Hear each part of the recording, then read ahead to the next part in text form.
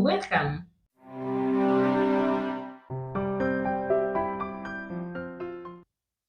Today, I feel more compelled to do a video that I find so much personal to myself, a video on how to study the Bible as a beginner.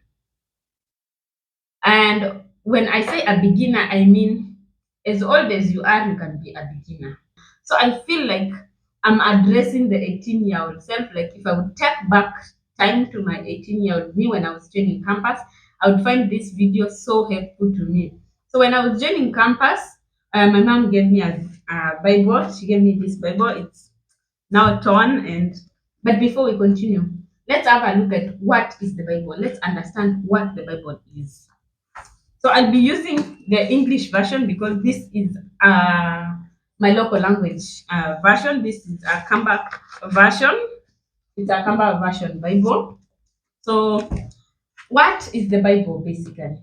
The Bible is basically Christians' manual or Christians' instructions. When I was in school, we used to be told that the Bible is a synonym for best instructions before leaving Earth. It basically gives you the guidance on any situation that you'll ever face in this world. It's addressed here maybe through the stories, the histories that are given in it, and through the teachings that are also given in it. Going to church alone isn't enough. You need to read the Bible, you need to study the Bible alone. So now the Bible.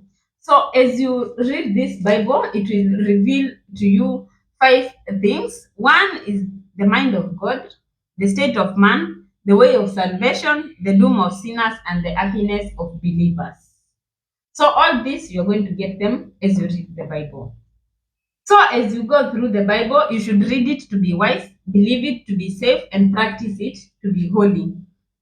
So it contains light to direct you, because like in any journey that we go through, we need light so that we can know where we are stepping next. So it contains light to direct you, food to support you, and comfort to cheer you. And it is by reading the Bible, practicing it, and believing it that the heaven is opened and the gates of hell are disclosed. You'll get to know situations or plans of the devil that otherwise you would not have known if you had not been on this journey. It should fill the memory, like in Joshua 1:8, it says, uh, don't let this book of the Lord depart from your heart, but meditate on it day and night. It should rule the heart, it should guide the feet. Read it slowly, frequently, and prayerfully. It is a mine of wealth, a paradise of glory, and a river of pleasure. It basically comforts your heart in everything. So I would like to insist on a point here. Read it slowly. So don't read the Bible like you are in a hurry. Read it frequently. So it's not like you're being told to read it once. So read it frequently. If you can, read it every day and read it prayerfully. As you read slowly, frequently, pray as well. So that is basically what the Bible is about. And before I go to the 3 methods or the 3 tips that I'd like to give on how to read the Bible effectively for a beginner, there are certain things to know or certain things to consider. Reading the Bible is not like eating a certain piece of cake that you're going to enjoy eating it and enjoying the sweetness. It calls for a lot of sacrifice from our pleasures. It calls for sacrifice of time and our comfort. I always keep on saying comfort zone is so peaceful, but nothing comes out of the comfort zone. So the same way, reading the Bible requires you to step out of that comfort zone in order to be for it to be effective. You may need to sleep a bit late or wake up a bit early, and also sacrificing some pleasures like you may need to sacrifice that time that you take to go through Instagram, TikTok. The next thing is about environment. You need to get a place that will be conducive, that will give you humble time and peace for you to allow you to read the Bible. An environment that is different from the usual environment that you are used to. This may mean getting a special room that you can do your Bible study, or a special position like a seat, or even sitting on the floor in a position that is conducive, that is not the usual position that you're used to, like sitting on the couch, lying so relaxing. Yeah, a position that will allow you ample time and that is free from distractions. The next thing is I would advocate for hard copy Bibles as compared to the soft copy uh, Bibles. There are soft copies, but I would advocate so much for the hard copies, and there are reasons for this. One is because for the soft copy Bibles, you are basically using your phone every day. You are always on your phone. So if you read the Bible from your phone, you are basically swiping up, and you'll not feel much difference because this is what you are used to throughout the day when you're chatting, when you're going through social media. So it will not feel different. You need to feel a bit different from the normal thing that you are used to. And also, the other thing, your phone can get a notification that may interrupt you to want to look at that notification. So I would advise like having your phone away or putting it on silent mode and instead using the hard copy, because this one will give you that time, or it will force your mind to concentrate and internalize when you're reading the Bible. The next thing is, if you can, get into a Bible study community, because when you are many, when you are sharing ideas, it gets so much easier to understand something and to move forward so fast. But if you can't get a Bible study community, you can do it on your own, but then you'll have to push yourself. The next thing I would like to talk about is develop a culture of prayer. After every Bible study, do a prayer session. I would actually advise, if you can, do Bible study every day. Then pray after every session. And the last thing is, be kind to yourself. Allow your body, your soul to assimilate through the process slowly. The changes may be a bit uncomfortable. There are some days that you'll feel like you can't do it, but then again, try and encourage yourself to push through it every day. Chances are you're not going to understand as you begin, but don't let this stop you. Pray, ask God for guidance and direction on how you're going to read the Bible, and ask for understanding on the scripture that you're going to read. Also, get a notebook, a journal. Write down every day what you've learned or what you feel on that day. Whatever your spirit tells you to write that day, please write it. God may be talking to you at that time. Write whatever you feel going through your spirit that time. This helps it to stick better into your mind and to remember it easily as you go on with your day's activities. Later on, maybe you can go through what you've journaled through the week, what you've learned through the week, and maybe have a short meditation of what you've learned throughout that week, and think of what much difference do you feel in your body and in your spirit. With that said and done, now let's talk about the tips or the methods of how to read the Bible as a beginner. After knowing what the Bible is, and after getting an environment that is conducive and free from distractions that will allow you to read the Bible, let's get down to the methods. And my first method is very basic and very simple. So when you open the Bible, because I had this Bible, so when you open the Bible, there is this section that is written help in time of need.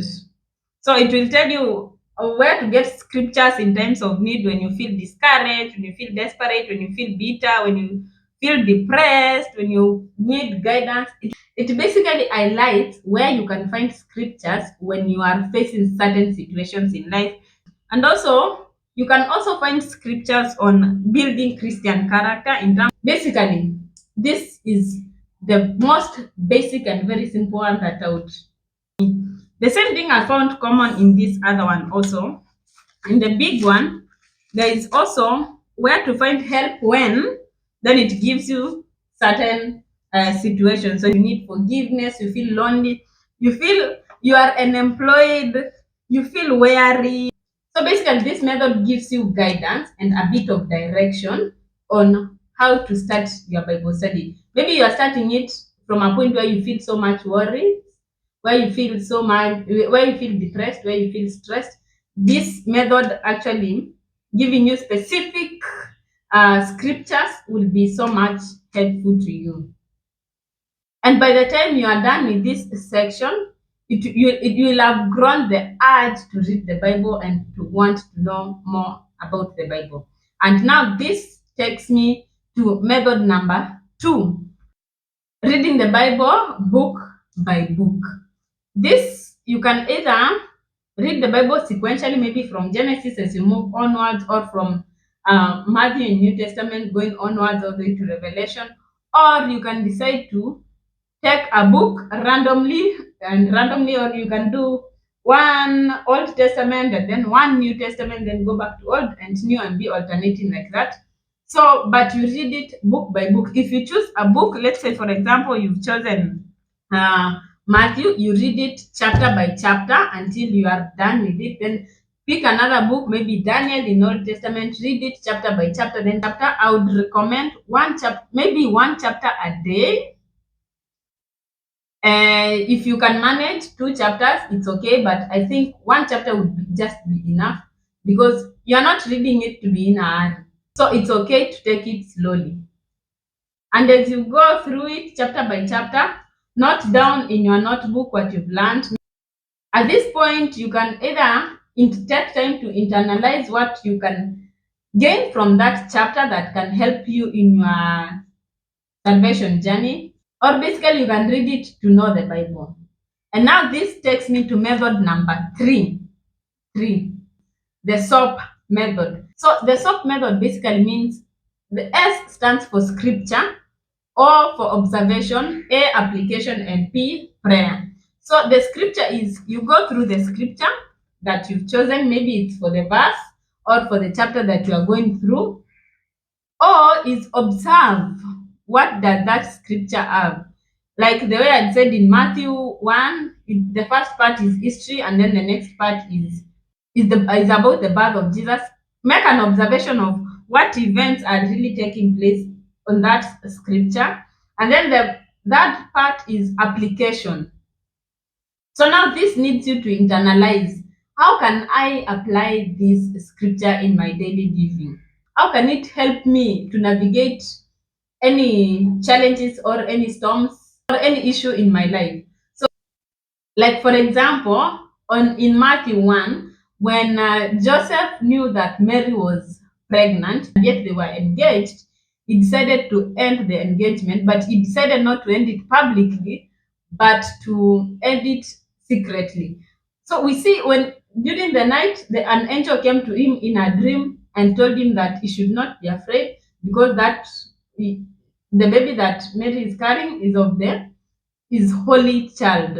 So that, from there you can take, like, you can apply it, like, you should not be so impulsive in making some decisions. It's take some time off to think about it, or to seek God, because the Bible says, lean not on your own understanding. So that time that you are taking off, ask God to give you guidance on before the next before taking that next step or that next direction.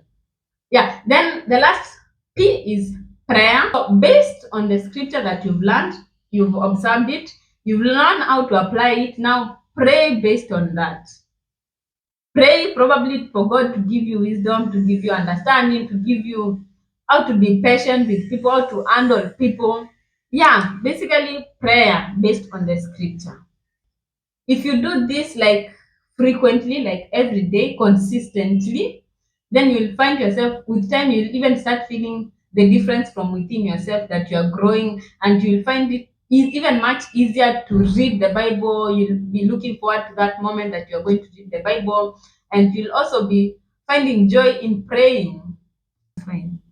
And just as an addition or as a repetition of something that I've said, it will be so hard. Some days you'll feel like you don't want to read the Bible. But what should encourage you is, whatever that is pushing you not to read that Bible is what should give you the reason to read it. Because the devil doesn't want us to do anything that is making us to progress in our spiritual life. And also, as you start reading the Bible, you'll face challenges that probably you are not facing when you are not reading it. Some of the which may be so weird, like for example, You may experience friends betraying you or turning against you. You may experience some things that are so weird and you wonder, what is this? What is happening? It's basically because the devil always seeks to destroy anything that is good. Anything that looks like it's germinating that is good, the devil seeks to destroy it. And if the devil was to come in look with fire all over and with horns, now we would all notice him and we would all not fall for his traps. But so you should be ready for the challenges because it's a journey of developing your spirituality. And the devil seeks to destroy that. Why are you getting out of his comfort zone? And he wants you to be there. But you should always push on. But even when you're going through those challenges, when the devil is trying to attack you from left, right, and center, God is really going to come through for you. He'll give you comfort and peace that is so immense beyond any human understanding, and you'll handle the situation in the most perfect way. Even the devil himself will be surprised, leave alone the people that are trying to beat you down, because it's all God. When we give everything to God, there's nothing He cannot handle. I hope you learned something from today's video. Until next time, take care and God bless you. Bye. Read your Bible, pray every day, pray every day, pray every day.